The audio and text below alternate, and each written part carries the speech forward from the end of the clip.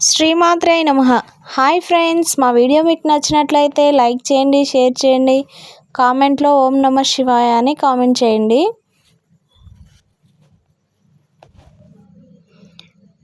ఆర్థిక ఇబ్బందుల హోలీ రోజున తులసితో ఈ నిర్వహణలు చేయండి. ఎన్నడూ డబ్బుకి కొరత ఉండదు. ప్రతి సంవత్సరం పాల్గొన మాసంలో వచ్చే హోలీ పండుగ కోసం పిల్లలు పెద్దలు ఎంతో ఉత్సాహంగా ఎదురు చూస్తూ ఉంటారు.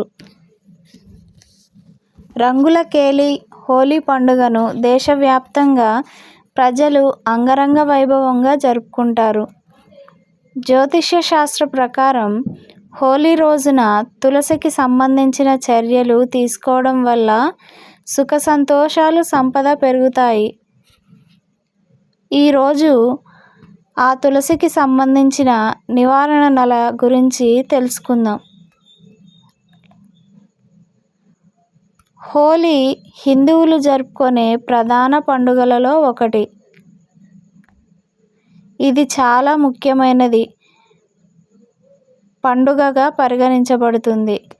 హోలీ పండుగ అంటే చాలు దేశవ్యాప్తంగా ఒక ప్రత్యేక ఉత్సాహం కనిపిస్తుంది.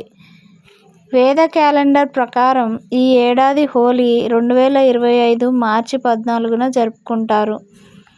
దీనికి ఒక రోజు ముందు అంటే మార్చి 13న హోలికా దహనం కూడా నిర్వహిస్తారు.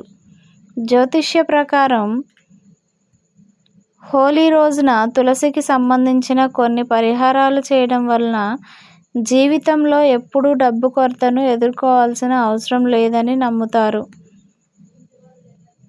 అలాగే సంపదకు దేవత అయిన లక్ష్మీదేవి ఆశీస్సులు ఎల్లప్పుడూ ఉంటాయి. అటువంటి పరిస్థితులలో హోలీ రోజున తులసితో ఎలాంటి పరిహారాలు చేయాలో తెలుసుకుందాం.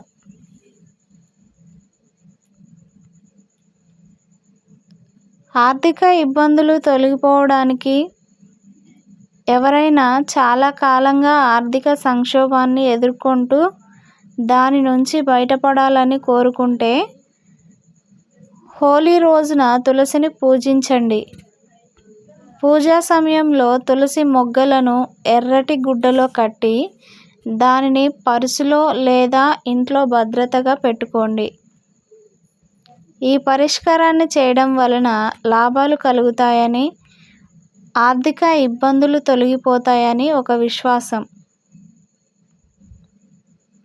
అలాగే గ్రహదోషాల నుంచి ఉపశమనం కోసం హిందూ మతంలో తులసి పూజకు ప్రత్యేక ప్రాముఖ్యత ఉంది.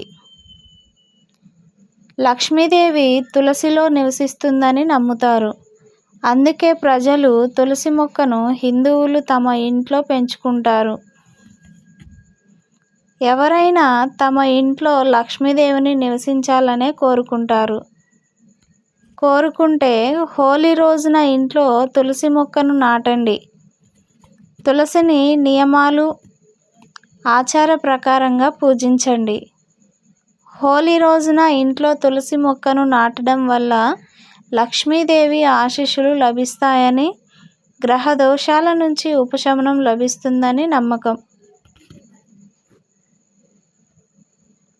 అలాగే పెండింగ్ పనులు పూర్తి కావాలంటే హోలీ రోజున ఉదయం స్నానం చేసి తర్వాత లడ్డూ గోపాలుడికి అభిషేకం చేయండి.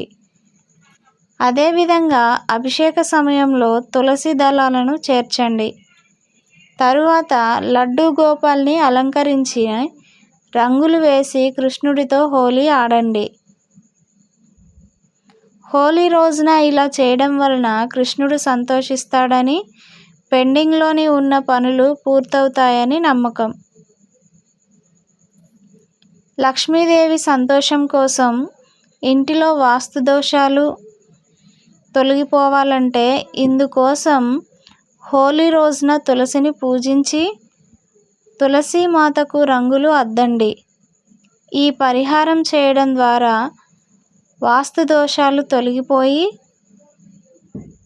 లక్ష్మీదేవి ప్రసన్నులవుతుందని నమ్ముతారు.